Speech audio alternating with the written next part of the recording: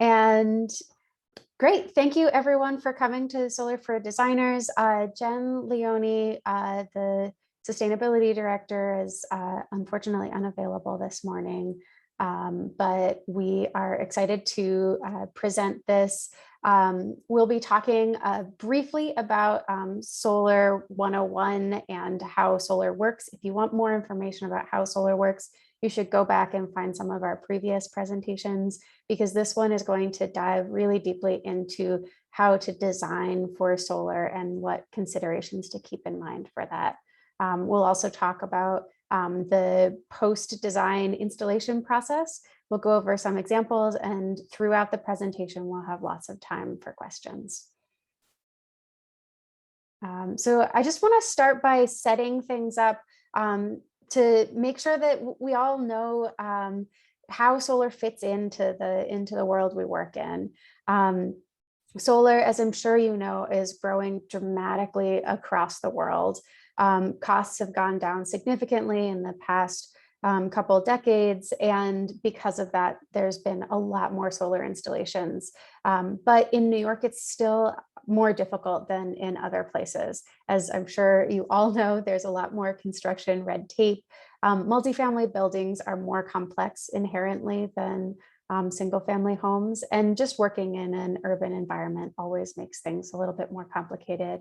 And then of course, there's always the additional layers of complexity for affordable housing. So Solar One is here. We were basically created the Here Comes Solar program to address those issues. We're part of the Solar One organization, which is an environmental education organization. We do all sorts of environmental work throughout the city, but Here Comes Solar does technical assistance for historically high barrier sectors and focus specifically on affordable housing. So we do everything from the initial viability assessment. We do knowledge building, so workshops like this, but also one-on-one consultations and other, smaller form presentations. We do financing consultation, help people figure out which incentives they might be eligible for. And we do competitive procurement to help people and buildings find good, fair priced solar installers. And then throughout the installation, we act as a consumer advocate.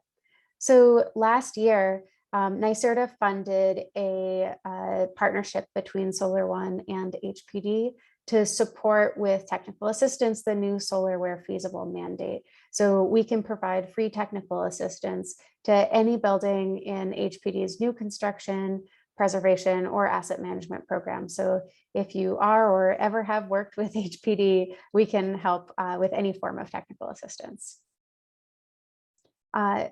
We also want to talk about how solar fits into the wider context. So I'm sure many of you have heard the statistic that buildings account for 70% of New York City's greenhouse gas emissions. So solar is really key for on an environmental level for reducing New York City's climate impact.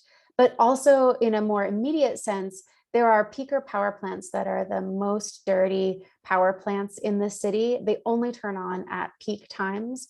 And so the more we can install solar in the city to reduce that load on the grid, the less often those plants have to turn on. And unfortunately, but maybe not unsurprisingly, these are mostly located in low-income communities of color. And so this really is an environmental justice issue that solar can help address. Solar also, like I said, reduces the demand on New York City's grid. It's the oldest grid in the country. Thomas Edison invented it in Lower Manhattan, and it's very constrained. And so the more solar we can develop here in the 5 boroughs, the better for everyone. And then, of course, solar jobs are green jobs and can provide good solid employment throughout the city. Also, it's good to remember that it's great to go solar just because it's beautiful. There are some really gorgeous installations that many of you actually, I'm seeing some names I recognize have designed. And so it's good to keep in mind that it can really add to the aesthetics of a building. It's also important to go solar because it's required on all new buildings as part of local law 92 and 94. There are sustainable roofing zones established on roofs, and they have to have either a green roof or solar. Affordable housing right now is exempted, but it needs to comply with the laws to the extent determined by HPD. So in response to local law 92 and 94, HPD created the solar where feasible mandate, not just requiring solar wholesale, but only when it's beneficial. So solar is required when a system has a payback period of 10 years or less. And we've, as I mentioned before, have this technical assistance to help people figure out what type of system is best and when it's financially cost effective. So you can use the solar feasibility analysis, which is an Excel-based tool. We'll be talking about this a lot. It's extremely useful, but as part of the HPD process, solar feasibility analysis is required. And if the payback period is 10 years or less, solar is required. If it's more than 10 years, solar is not necessarily required, but often it's still recommended because it's still a good financial decision. And as I said, I definitely recommend using the solar feasibility analysis often throughout the design process, because you can input pretty basic information like, building height, the usable roof area on the roof, information about the entity, like whether it can take tax credits or not. And that can show you whether solar will be viable with one type of system or another. You can also use the instructions and assumptions tab to find some good, reasonable assumptions about things like costs and incentives and other background information.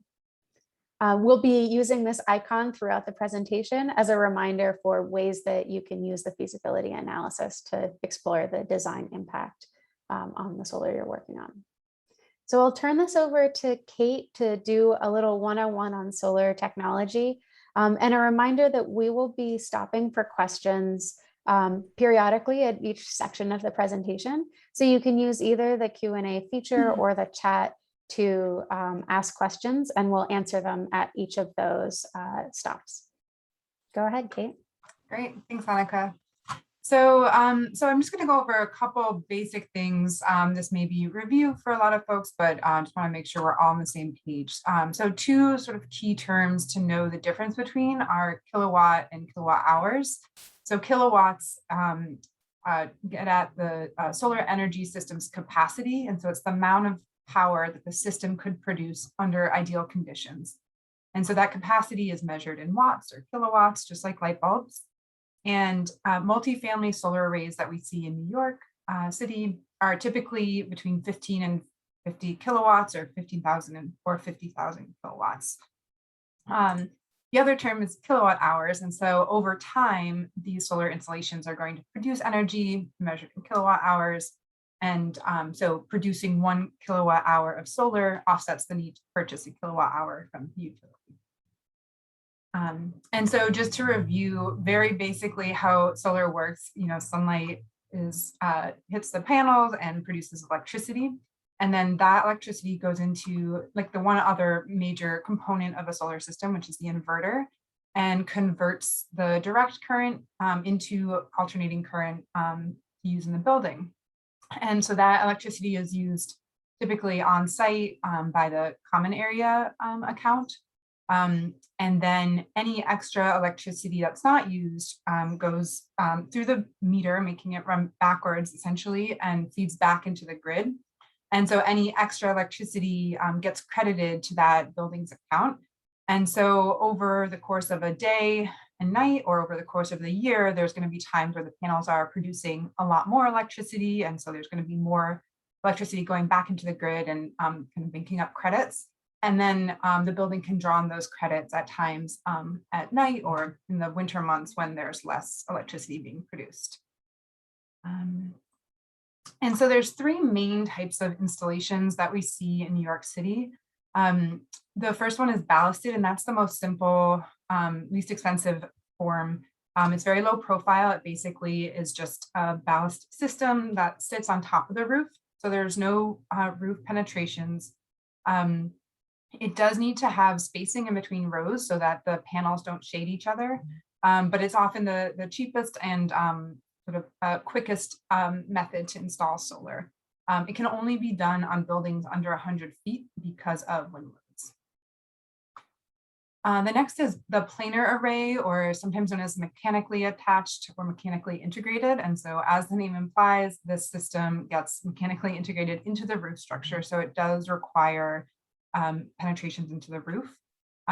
It doesn't need inter-row spacing. And so that allows for it to have a bit more capacity than a ballasted system. So it can be really good on space constrained roofs. And it's slightly more expensive because it's a bit more robust system, but not prohibitively so. And then the canopy array is also mechanically integrated into the roof, but lifted at least 9 feet above the roof. And this is a great system to really maximize capacity because it can cover most of the roof area. It's the most expensive because of materials and labor, but it has a lot of co-benefits. It can allow, roof access or putting a tenant space under the canopy. So this can be a great system also for space constrained roofs. So there's 2 ways to configure solar, and we're sharing this just so as you're working on these buildings and your project teams have questions around configuration. These are sort of the basics. So net metering is what we described in the previous graphic, where the solar energy system is first consumed by the building on site, and then extra gets sent back to the grid and is credited to the account. And so in this setup, the system should just be sized to cover only the owner paid electric bills for the common areas or whatever account it's being designated to. And so it's important to keep in mind, especially for rehabs, if you're doing efficiency upgrades on a building that might reduce electric loads, you want to size the system to that projected reduction. Or if you're going all electric, there's going to be increased electric loads. And so you want to pay attention to how that's changing the system size. Community distributed generation is another method of configuring solar. And so in this version, the solar energy produced gets immediately sent back to the grid and shows up as credits. And those credits can be designated to different accounts. Those accounts can be on site, and it just needs to be 1,000 kilowatt hours per account, at least. Or those credits can go to accounts offsite in sort of more of a typical community solar setup. That's a lot more complicated to do and needs at least 10 off-takers, but it is an option. And so figuring out which method to go depends on the building type, the solar capacity of the building, the owner's goals, and what incentives are available for either type. And the tool that we mentioned is designed to take into consideration these different ways of configuring it. So you can use the tool to explore, what might be a better way for the building. And just briefly, some notes on solar operations and maintenance. There's almost no maintenance required for solar arrays. Once you put them up there, they kind of just do their thing. We do recommend the building staff check on the solar arrays every once in a while just to make sure there's no damage or major issues. But an online monitoring system comes with solar installations, and that allows for remote diagnosis of performance issues. So they can check online to see if there's anything going wrong with production. And we recommend that building staff go on a walkthrough with the solar company once it's installed, just to sort of learn the lay of the land. And there's some really great warranties that come with most solar installations. So typically panels come with a 25-year warranty. They're very long lasting and durable and produce at, almost at really high rates, even through the end of their lifespan. And inverters typically have a 10 to 12-year warranty, and most installers provide a 5 to 10-year workmanship warranty. And we do have a solar PV system owner's guide available on the HPD website. And this is a great resource that you can pass along to any clients or building owners or project teams that you're working with. And is all kinds of information from start to finish of a solar installation and ongoing operations and maintenance. So this can answer a lot of questions that project teams might have. Great, and then I'm just going to talk briefly about solar economics, because I'm sure a lot of the questions you're getting as designers is how much is this going to cost? And so, of course, solar does cost money, and these costs have come down dramatically, as we mentioned. But as you know, there's still a lot of fixed costs and soft costs in New York City. We usually look at costs for solar in a dollar per watt basis, and this is a helpful unit to be able to compare across systems. And this graphic just shows, it's a sort of average of NYSERDA projects across the state. And as you can see, the smaller the system size, the higher the dollar per watt price. And we'll talk more about that in a second. But this is just a helpful sort of rule of thumb as you're looking at how big your system size is and what the dollar per watt cost might be. And some factors there's a lot of factors that affect the cost of solar. Again, we'll pitch the tool as a way to help you figure them out. But just so you know, as you're thinking about configuring your systems, as we mentioned, smaller system size tends to increase the dollar per watt cost because of those fixed costs. Mechanically integrated systems like planners and canopies is going to increase the cost because they take longer to install. They require more coordination with the roofer and more materials. Taller buildings tend to increase the cost for many reasons. Also because the conduit run has to go all the way down typically to the basement where the mechanical room is. And then obviously prevailing wage is going to increase the dollar per watt cost. And then creative system designs can also increase the cost. And sometimes it's worth it because of the code benefits or because it's maximizing solar, but it is important to pay attention to how it impacts the cost. Things that can bring the dollar per watt cost down are larger systems because you get those efficiencies and economies of scale. Ballasted installation, as we mentioned, is the most simple and quick installation. And then doing competitive and bulk procurement where you can bundle, particularly if you have a number of smaller buildings, you can bundle them together and bid them out. And this is something that Solar One can help with, which we'll talk about later in the presentation. And this chart is just showing how some of those different factors together impact both the dollar per watt cost and then also the turnkey price. And so the tool, as we mentioned, a lot of the assumptions that increase or decrease the cost are built into the tool. You can both look at them in the instructions page, but also as you play around with the numbers in the tool, it'll show you on the results page how that's impacting the dollar per watt cost and the total cost. And this very large complex matrix just demonstrates the wide variety of rebates and tax incentives that really vary depending on the owner type and the building type. So I'm not going to go through them all now, but just important to know that, you know, there's a NYSERDA incentive, there's federal tax credits, state tax credits, accelerated depreciation, and then property tax abatements, and again, available to different building types. And so, you know, depending on the ownership type, this combinations of incentives can increase or decrease the cost up to 50 to 80%. So it can be really beneficial as the owner, you know, is considering putting solar in their project. And these incentives are also built into the tool. So again, we encourage you to use this tool to help the owner and your project team figure out, you know, how much this is going to cost. Okay, so I think we'll pause there for any initial questions before we move on. Okay, I'm not seeing any. So I will pass it to Annika. Great, yeah, and for the next question section, You can, type in questions anytime throughout the presentation, and we'll answer them as we go.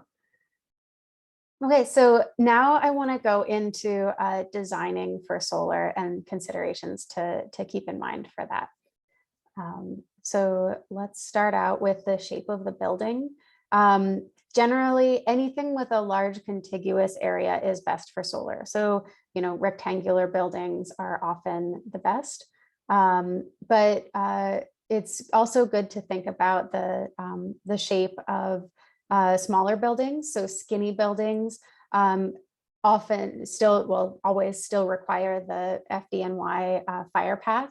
And so for skinny buildings, that can take up a higher percentage of the roof.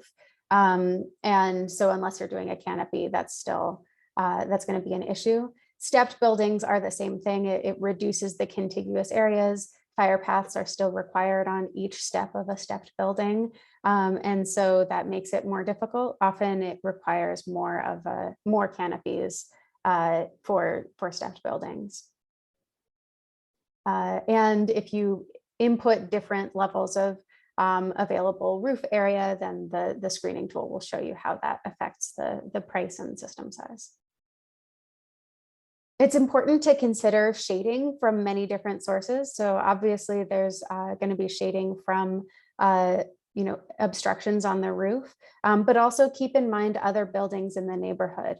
When we're thinking about shading, solar panels need to have southern exposure. We're in the northern hemisphere. So more often than not, during the important hours for sunlight, there will be shading from the south. So if you look at this example building, the tall building is in the middle. The building just to the north of it is honestly just not a good candidate for solar, because during the important hours for solar production, it will always be shaded by the roof to the south, by the building to the south. Whereas another building similarly close to the tall building, but to the south of it, is a great candidate for solar. You can see it's in full sun, and it's always going to be a good idea. So keeping that shading in mind, and particularly looking for shading from the south, is very important. A little bit of details on fire path placement, because that affects solar a lot. All street facing sides of a roof have to have a 6-foot path, or sometimes it's called a landing area. You also need a 6-foot fire path from side to side and front to back of a roof. So if it's a rectangular building on the corner of a street, that can be the same thing as the landing area, but not always. And all doors or access points need to be connected to the fire path as well.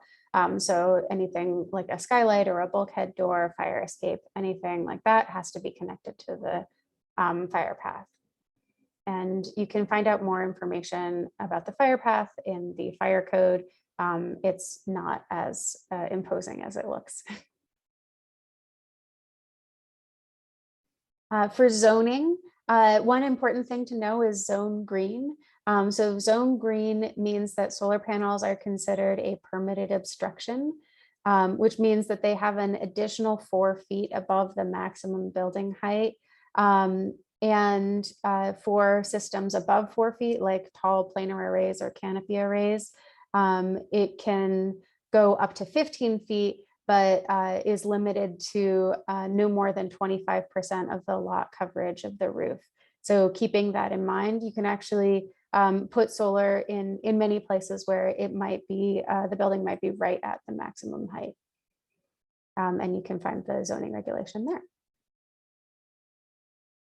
So putting this all together and fitting everything on the roof, let's look at the best practices for solar. So the best things to look for are large contiguous spaces, minimal shading from other buildings, keeping the fire paths along the perimeter or in shaded areas, and making sure that the mechanical equipment is clustered in the north or in already shaded areas. So that's just overall rules, but diving into that more deeply, bulkheads, for example, if you're designing a bulkhead on the roof, it's always best to put that in the north portion of a building. So this building, you can see the solar panels are all angled towards the south. So that bulkhead is in the perfect spot.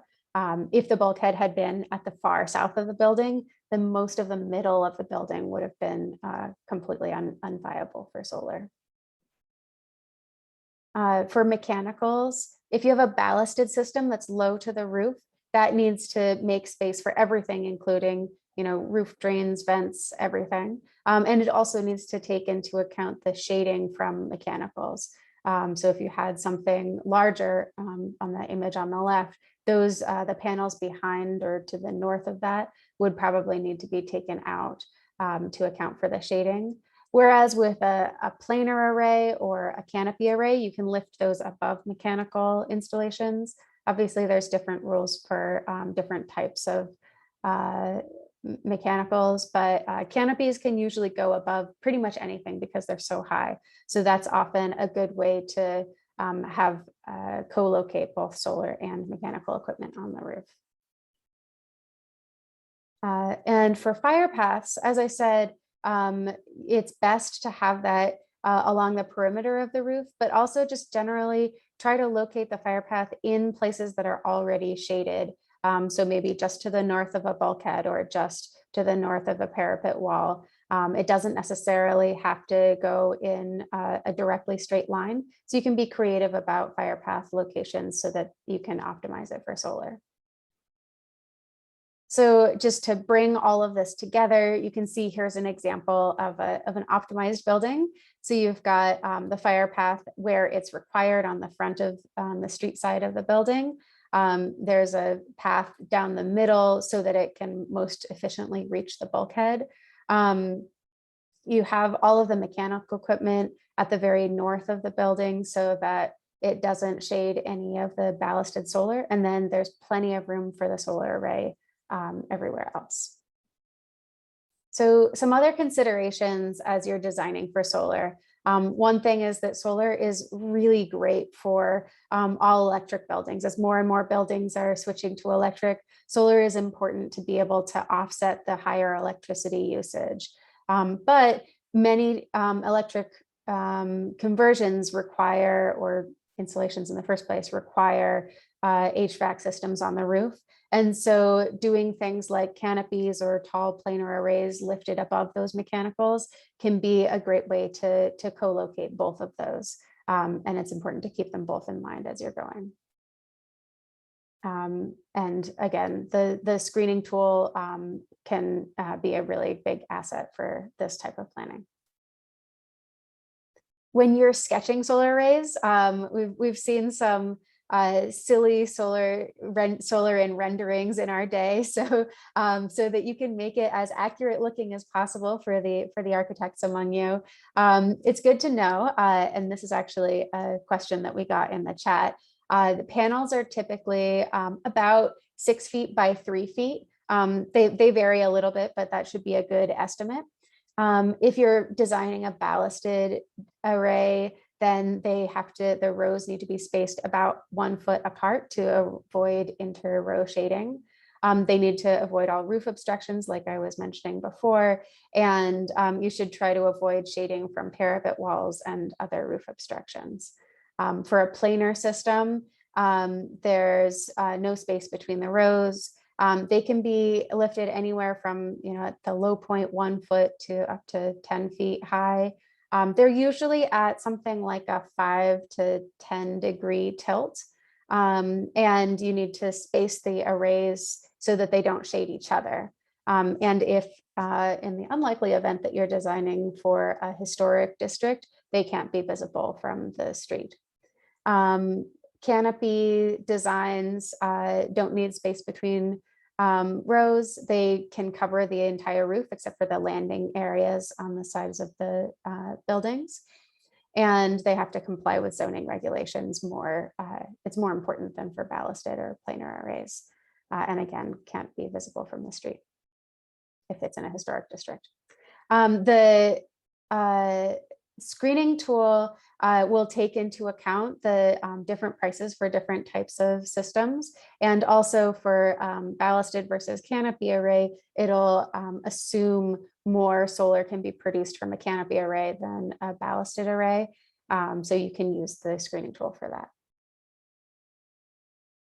If a building can't fit solar in the budget as it's initially being constructed, it's always good to make a building solar ready. Things like running a 2-inch conduit from the roof to the electrical room can be very easy and cheap as the building is being constructed, but is much more expensive if you have to do it after the fact. So it can make the whole process much easier later. It's always important to leave a 3-foot access area for an inverter, either in the electrical room, which I think is often preferred, or on the roof. And make sure that the common area service panel is big enough to support both the building's usage and a solar system down the line. So some notes about canopies. Canopies can often, as I've mentioned, be a great way to maximize solar on the roof, especially if other equipment on the roof. On new construction buildings, canopies are often built on top of the structural steel of the building. They can be extended 10 feet higher. And in that case, the architect is responsible for designing the structure in coordination with the solar installer. And then the solar installer just puts the panels on top of that structure that's already in place. The canopies can go over the fire paths. And actually this says it can't be built above 100 feet, but that's not entirely true. It just needs to be more thoroughly engineered for that. And again, screening tool, always useful. There's a couple different ways to attach the canopy. So the first option is to just attach it directly to the roof deck. And that's pretty straightforward. Another option is to use that structural steel design that I was talking about before, where it's included in the newly constructed building. These can often be very aesthetic. Another way to kind of get to that widely placed beams is to attach the canopy to the parapet wall if the parapet wall is strong enough. And then the other design that we've seen is a kind of new design from a company called Urban Energy, where it's attached to the outside wall of the building and it goes down about a story and holds up the canopy that way. So if there are structural issues with the roof deck and the weight load that it can take, then this can be a good option for that. And it's always good to keep in mind that you can have multiple uses of the roof. So local law 9294 requires solar or a green roof, but you can do solar and a green roof very easily. So you should probably know local law 92 and 94 require solar and a green roof unless it's being used for tenant recreation space, or if the space on the roof doesn't support at least 4 kilowatts of solar. But you can very easily combine a solar canopy with tenant recreation space. You can also, as you can see here, combine solar with a green roof. This is actually on the New York City Parks Department green roof, and they actually have solar and a green roof and recreation space all in the same area, which we think is great. You can combine solar with blue roofs, the water capture mechanism. And in order to do these combinations, it's always good to integrate solar very early in the design process so that you know what the interplay is going to be. Okay, we have a couple more questions here, but continue to ask them during this time. So Kate, do you want to answer some of these questions? Sure. So I can address one of them, which is how do you make the canopy not visible from the street? So yeah, you can either set it back far enough so that it doesn't, so that it's not visible, but you can also combine system types. So there are examples, I think we're going to get to one later, where perhaps at the street side, you have a ballasted system so that it's very low profile. And then further back, you have a canopy system. And so that's an option if you want to maximize solar, but yeah, otherwise you just set it back. Another question I'll shoot to you, Annika, is that the Arlo says that the tax benefits have changed recently. Do you have any comments? To my knowledge, the tax benefits have not changed yet. But there's a lot of rumblings in Congress as part of the Democratic spending package, there would be an additional solar tax credit that might be refundable which would really impact nonprofit affordable housing that would make it possible to take the tax credit. I'm not holding my breath that that'll get done, but it would be very nice if it happened. And we'll definitely let people know if that happens. The main thing that's changed recently is the community credit, which is kind of a niche issue for those shared community solar systems that Kate was talking about before. But for those, the value of the solar has decreased recently. And so NYSERDA increased the upfront rebate for multifamily affordable housing using community solar by $1 per watt. So if you want to know more about the community credit and how that affects affordable housing, reach out to us separately and we can talk to you about that specifically. And then Moises asked, how is the issue of the duck curve addressed in solar panel operation? Honestly, the duck curve is not an issue in New York City. Solar is only less than 1%, even in the whole state, of energy generation. And that only happens when solar gets much, much higher in production. But when that happens, then it'll be addressed through a variety of means like battery storage, other forms of long-term storage, and other types of energy grid optimization. I know a lot of people are working on that. Okay. Emilio asks, how efficient and feasible are those new facade systems that include solar to be installed vertically on roof walls, such as bulkheads? I understand the desire for solar as a facade. It seems like a really cool idea. It almost never is even remotely a good idea. So if you think about solar panels, they need direct sunlight, right? So the sun, the best way to angle a solar panel is about 35 degrees around here. And you can reduce that to like 0 degrees, so it's facing straight up. That's okay. It's not great, but it's okay because the sun will pretty often be straight above those panels and that'll work. But if instead you turn it to a 90-degree angle, then the sun will like almost never be giving you direct beams to a 90-degree angle, because that's just when it's, setting over the horizon. And so the production from a vertical array is significantly lower than any other type of array. If you clad an entire building in solar panels instead of glass windows, that's, you could probably still get a decent amount of production from that. But then like, how would you maintain that? How would you make sure that it's cleaned? How would you, if the solar panels are also part of the structure, it leads to a lot of other issues. So maybe someday someone will figure out a solution for that. Right now, it's not a great idea. Kate, do you want to answer another one? Sure. So David asked, you have consultants to come look at our property. So yeah, we are happy to provide technical assistance like Annika mentioned. Typically, if you reach out to us, we'd first do sort of like an aerial inspection using imagery from afar, just to do a very preliminary assessment and sort of assess for shading from other buildings and things like that. And then if you did want to sort of move forward, and we could provide an estimate based on those conditions that we see remotely. And then if you do want to move forward, we would send someone out to do an on-site assessment, and they would check on the real conditions on the roof and look at your property. But we can tell a lot remotely before we even visit, and then we'd follow up to verify. And we could go through the whole procurement process with you if you'd like.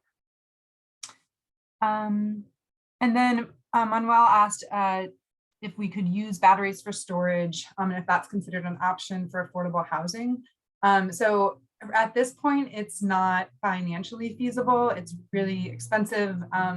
to do in New York, and there's also just the fire code regulations and are basically prohibitive at this point. But we're hopeful that sort of as there's more demand for it, those regulations change and make it more feasible, because we know in terms of resiliency, that would be ideal for housing. And the last question I see is, maybe I'm missing one, is do you need a solar electric meter and a separate meter for other electric equipment in the building? That actually depends on the configuration.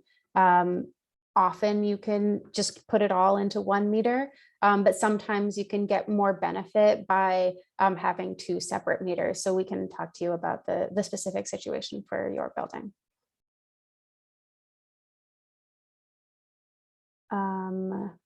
And we just got a follow up for batteries, which fire code regulations. I don't actually know the precise numbers of the regulations, but I'm sure we could find out. We have a team at Solar One that's working on solar and storage in the city, and they're much more knowledgeable about batteries and the fire codes than we are. So I can get back to you on that. Great. So I think we'll move on for now, and then we'll have a few minutes at the end again to take questions. So the next section, we just wanted to do a brief overview of sort of the process of getting to installation and working with HPD in particular. So looking at the process in pre-construction, once a project comes in through HPD, the project team send in the solar feasibility analysis, and Solar One will review it, and HPD will issue their approval form. And just to note that for EGC or LEED projects, the solar feasibility analysis must be approved prior to submitting for EGC pre-build or a LEED waiver. After the approval form is returned from HPD, new construction and sub-rehabs will go through the EGC pre-build authorization. And then the last step, in most cases before construction, is doing solar procurement and contractor selection. So this can be done through Solar One. We can facilitate procurement as part of a bulk procurement process or for individual buildings prior to loan closing, or your project team can do procurement through their own process. And we're always happy to review bids or sort of consult on bids that you get back if you have questions. Then in most cases, the next step is project loan closing and construction start. And typically this is when the solar design and permitting process takes place, though we know for some buildings permits are required prior to closing. So the solar design and permitting can happen before closing and be paid for from pre-development financing. Then obviously the building gets built and the solar installation starts once the roof is complete. Just it's important for the solar installation installers to coordinate with the roofer to ensure that the warranty is preserved and make sure everything goes on the roof okay. And this is pretty standard. And then finally, once the building is completed and the solar installation is complete, there's inspection and commissioning. And then the solar system is up and running and saving money. And this is just a reminder of the rubric that HPD uses to evaluate the buildings for the solar where feasible mandate. And we have more trainings more in depth on this. So please check out our resource page. But very briefly, as we mentioned, payback periods of 10 years or less, solar is required and gets incorporated into the scope. Projects with between 11 and 15-year paybacks, we often still recommend solar because of its benefits to the operating budget and to the building. And often it has a lot of different co-benefits, but it is not required. So the project team can really decide and figure out if there are funds in the budget for it. Projects over a 15-year payback period, we typically don't recommend it solar unless there is a number of different co-benefits, but we can also help redesign or help you figure out ways to bring the cost down and lower the payback period, especially if the owner is really interested in going solar. there's often creative solutions we can do to bring that payback period down. And then projects that are looking for a DOB exemption letter for local law 92 or 94, either the exemption is approved if they can't accommodate at least a 4 kilowatt system, or if they're financially infeasible. And again, we can help redesign or help think through creative solutions if the building, can possibly go solar. And then just a little bit about our process for doing procurements through Solar One. So typically we do this quarterly through HPD preservation, but we also do bulk procurement for portfolios or different individual buildings. And so typically, if someone is interested, they would just tell us their closing timeline, and we can figure out when to do an RFP, whether to include it in a bulk RFP that we're already running. And then we would create bid documents and release the RFP. And then once the bid comes back, we do a pretty comprehensive review of all the different proposals. And this image is a form that we would prepare for the project team, really going into details, comparing the pricing, the project size, the experience of the installer, the equipment. And then we would help facilitate installer interviews, so we could learn more about the proposal and the company. And then based on all that information, Solar One provides a recommendation, and then the project team can decide which installer they want to select and notify the borrower. And just to mention that projects going through HPD do have to comply with HPD's requirements for solar, and this is just to ensure that projects have a really high quality of work. And so some of those requirements are using a NYSERDA New York Sun participating contractor, complying with obviously all the applicable codes. And then HPD has technical requirements listed on their website, so you can use those in an RFP process, but they're just sort of the requirements for equipment, warranties, installers, things like that. And making sure that the project team's pursuing all the available incentives. And again, the owner's guide for solar PV on the HPD website that we mentioned has really helpful information as well. And that's on the Solar Where Feasible page. And I did see someone asked about the presentation, and yes, we're gonna send out a copy of the slides, and we'll also post the recording of this, so you can refer back to these resources. Great, and I'll pass it over to Annika to go through a few examples. Great, and after we're done with the examples, we'll have another chance for questions right before we finish up. So let's look at some viable candidates and candidates that are made viable through creative systems. So this is a great building already. This is an existing building that went through HPD's Green Housing Preservation Program. You can tell that it's viable because it has, large amounts of contiguous space. The bulkhead is in the center of the H shape or I shape, I guess, so it doesn't actually shade that much of the two larger areas. So you can see they can fit quite a bit of solar on the roof. So what they did was, this is a rental building. They got an HPD loan for it. And because of the tax credits and the loan, the owner was able to roughly double the size of the system so that he could offset both the common area costs to reduce his own operating expenses, but then also include enough to reduce the bills of all of the tenants as well.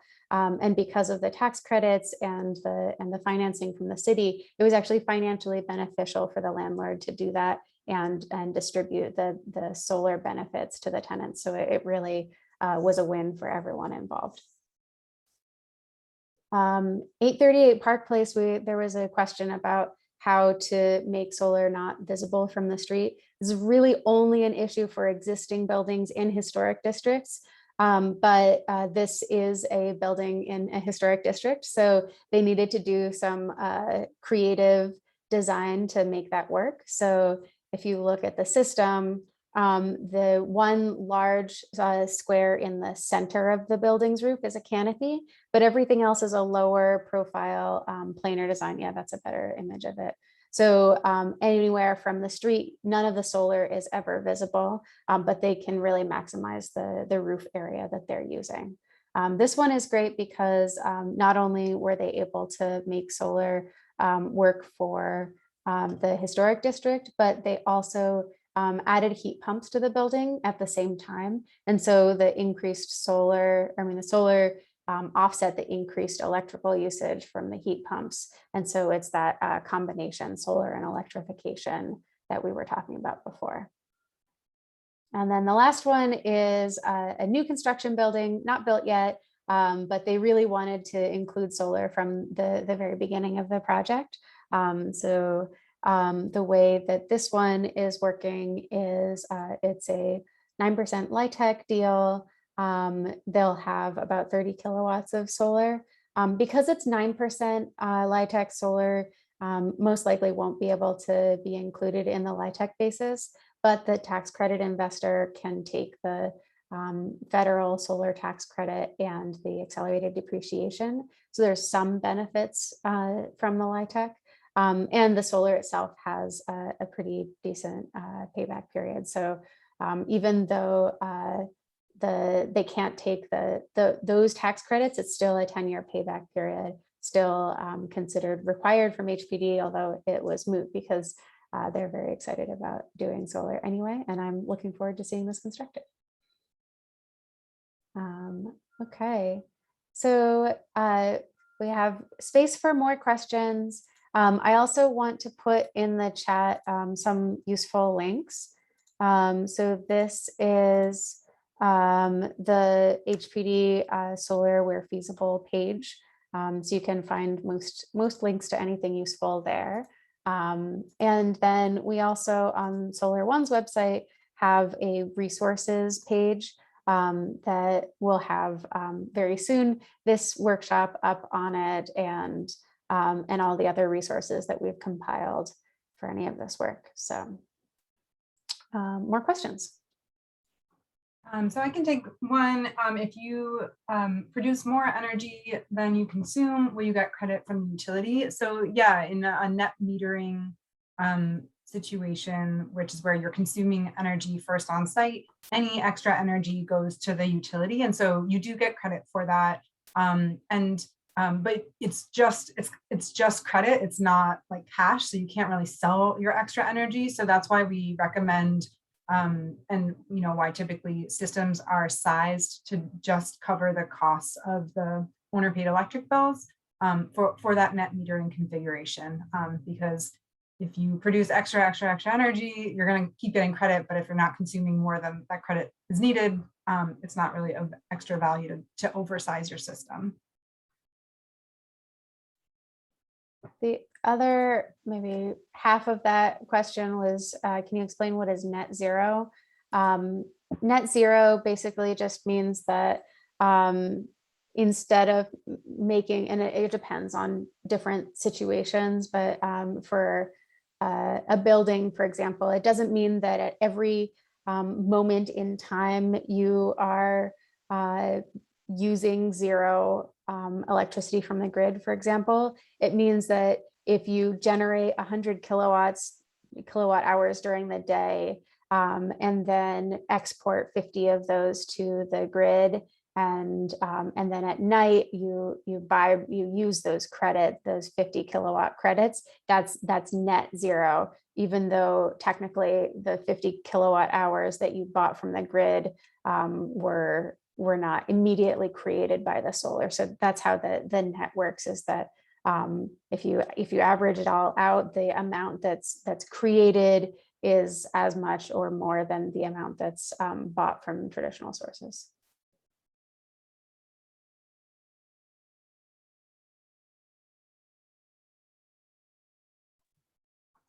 I'm not seeing any other questions. Oh.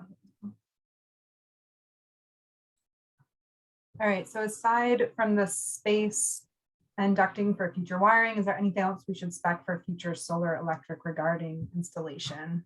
I'll pass that to you, Annika, if you can think about any other considerations. Yeah, there's not much. It's actually very simple to make a building solar ready. So in terms of electrical requirements, that's precisely it. And another thing I guess you could consider is making sure that there is internet connectivity either in the basement or on the roof, depending on where the inverter will go, so that it's easy to set up the online monitoring for the system.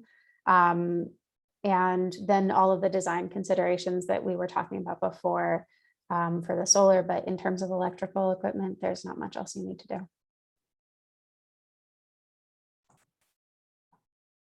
Great. So I think we're just about at 1 o'clock. Annika and I can stay around for a couple more minutes if there's remaining questions, but we just want to thank everyone so much for coming, and we look forward to hearing from you. And we'll post this presentation up in the next couple of days so you can refer back.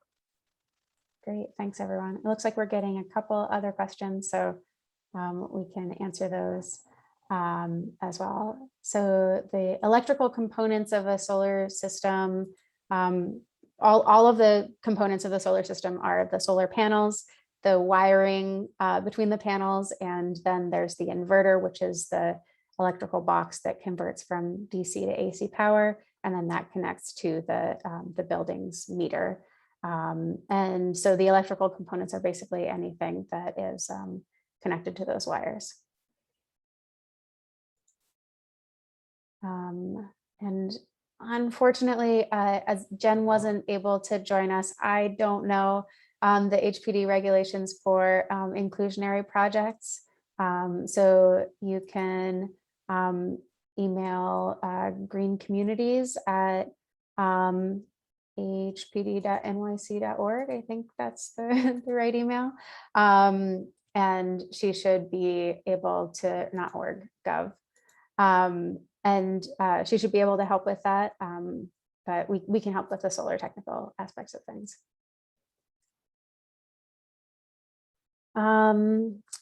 I don't remember exactly what percentage solar is expected to make up of the electricity goal. But I think in terms of on-site solar, it's probably less than 30%. In general, I think that like nationwide, the idea is that solar should be 30 to 40% of any renewable energy grid. But in the city, it's a little bit more difficult. So we'll probably be getting more power from solar generated upstate, or hydropower, or wind offshore. I know there's a lot of plans for offshore wind as well. There's no issue with radiation from the panels. They just sit there. They don't radiate anything at all. They're pretty much entirely made of silicon and glass, which is the same thing in a different form. And so, yeah, there's no radiation. Take the next one. Oh, I lost it. Oh, okay. Are solar designs intended to meet the entire electrical load of the building's common area corridors, or only a percentage? So typically when we're helping do an estimate or design a solar system, if possible, we try to offset as the whole common load. That's the ideal, because then the building's not paying for electricity. Sometimes the space doesn't allow for that. So we'll try to get as close as we can to 100%.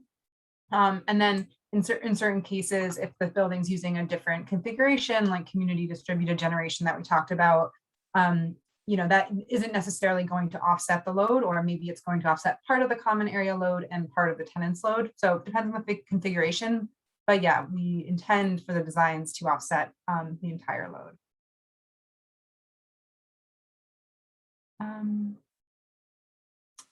And then, do you have any similar precedents for market rate co-op buildings in New York City? I'm joining my buildings co-op board and curious how other buildings in the city are approaching this. I believe we do have precedents of working with market rate co-ops. We work with both affordable and market rate co-ops. We can probably, if you reach out to us, send you some examples, but co-ops are great because typically the shareholders can take advantage of the federal tax and state tax credits. So there's a lot of financial benefits, both to the building, but also to the shareholders. So it's a great option for co-ops. And if you're interested in technical assistance for a market rate building, the New York City Accelerator is a really great resource. We're actually the solar specialists for New York City Accelerator as well. So you'll get exactly the same work that we do through the accelerator for market rate buildings as we do through HPD for affordable buildings. And for Robert's question, whether can non-HPD projects utilize the same solar feasibility analysis to figure out if the project is viable for solar based on local law 9294. Yeah, I think we definitely encourage you to use the tool for any buildings that you want. It doesn't have to be HPD. There is an option in the inputs to say whether it's affordable, or I believe whether it's affordable, or I'm sorry, whether it's nonprofit or market rate or for profit. So there's different inputs, but you can absolutely use it for non-HPD projects. You just don't have to. The one caveat I would say for that is that if it's a market rate building, if it's not affordable, or if it's not multifamily affordable housing, it doesn't get as much of the New York Sun rebate. So you would just need to change that in the advanced inputs to account for that. It's about 20 cents instead of $1 per watt that market rate buildings get. So, but if you have questions about that, just reach out to affordable@solar1.org and we can point you in the right direction for how to use it.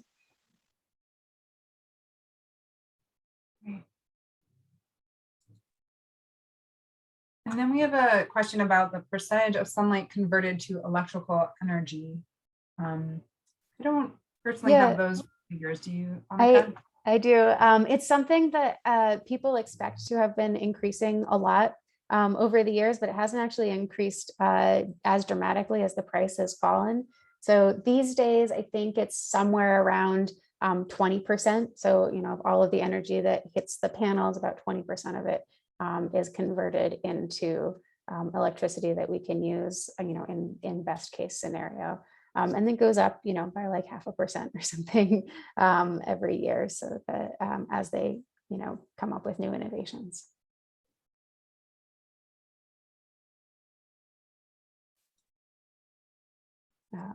But yeah, one of my favorite statistics is like I don't actually know if I remember this, but we receive like more energy from the sun in an hour than it takes to power all of humanity's electricity consumption for a year. So even 20% converted into electricity is plenty if we can install enough solar systems.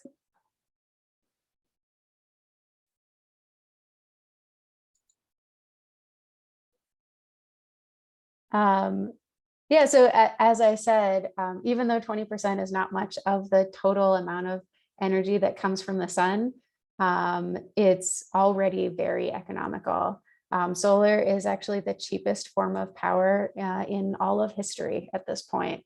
There's never been a more economical way to get electricity in all of humanity's history. So it's doing great.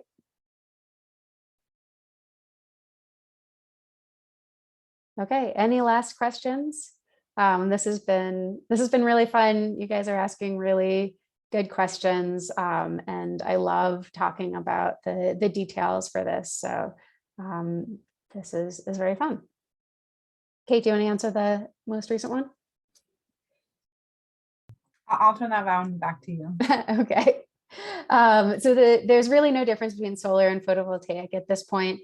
Solar is just an easier word to say. Photovoltaic means that you're converting solar to electricity. There's also what's called solar thermal, where you're using the heat from the sun to heat hot water often. Almost nobody does that anymore. So if you're trying to distinguish between solar thermal and photovoltaic or PV, or if you're trying to be very technical and specific, you'll use PV, but they basically mean the same thing.